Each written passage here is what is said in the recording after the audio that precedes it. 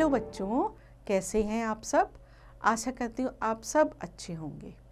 बच्चों, आज मैं एक नई कविता लाई हूँ जिसका नाम है स्वदेश प्रेम।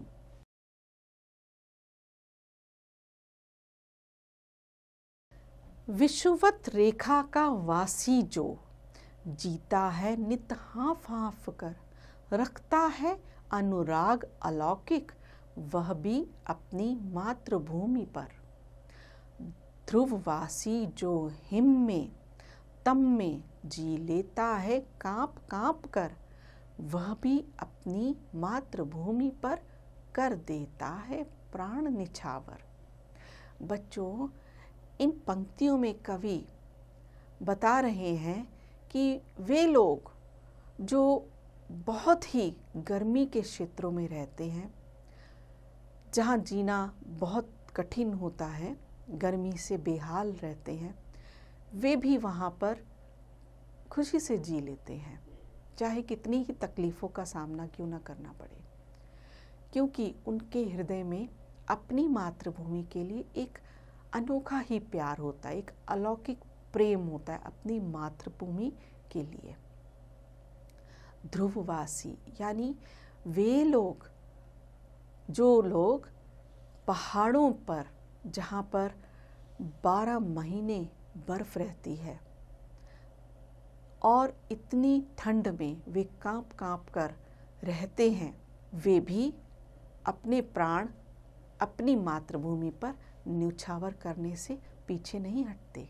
तुम तो हे प्रिय बंधु स्वर्ग सी सुखद सकल विभवों की आकर, धरा शिरोमणि मातृभूमि में धन्य हुए हो जीवन पाकर।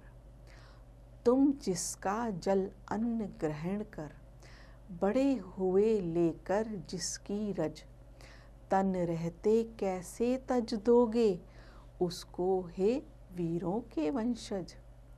कवि कहते हैं, इतनी कठिनाइयों में रहने वाले भी अपनी मातृभूमि को इतना प्रेम करते हैं कि समय पड़ने पर वे अपने प्राणों को अपनी मातृभूमि के लिए न्यौछावर कर सकते हैं। तो तुम तो हे प्रिय बंधु, तुम तो इस स्वर्ग सी भूमि पर रह रहे हो, जहाँ तुम्हें इतना कुछ प्रकृति ने दिया है, इतना सुंदर शिरोमणि मातृभूमि आपको मिला है। तुम्हारा जीवन धन्य हो गया है इन सभी सुखों को पाकर। तुम्हें यहाँ भरपूर जल मिलता है, भरपूर अन्न मिलता है, और तुम्हें तो इस सुख के बदले में अपने तन को न्यौछावर कर देना चाहिए, वीरों की तरह, वीरों के वंशजों की तरह, जिन्होंने अपनी आहुतियाँ दे दी इस मातृभूमि के लिए। जब तक साथ एक भी दम हो अवशिष्ट एक भी धड़कन, रखो आत्म गौरव से ऊंची पलकें, ऊंचा सिर ऊंचा मन। एक बूंद भी रक्त शेष हो जब तक तन में, हे शत्रुंजय, दीन वचन मुख से न उचारो, मानो नहीं मृत्यु का भी भय।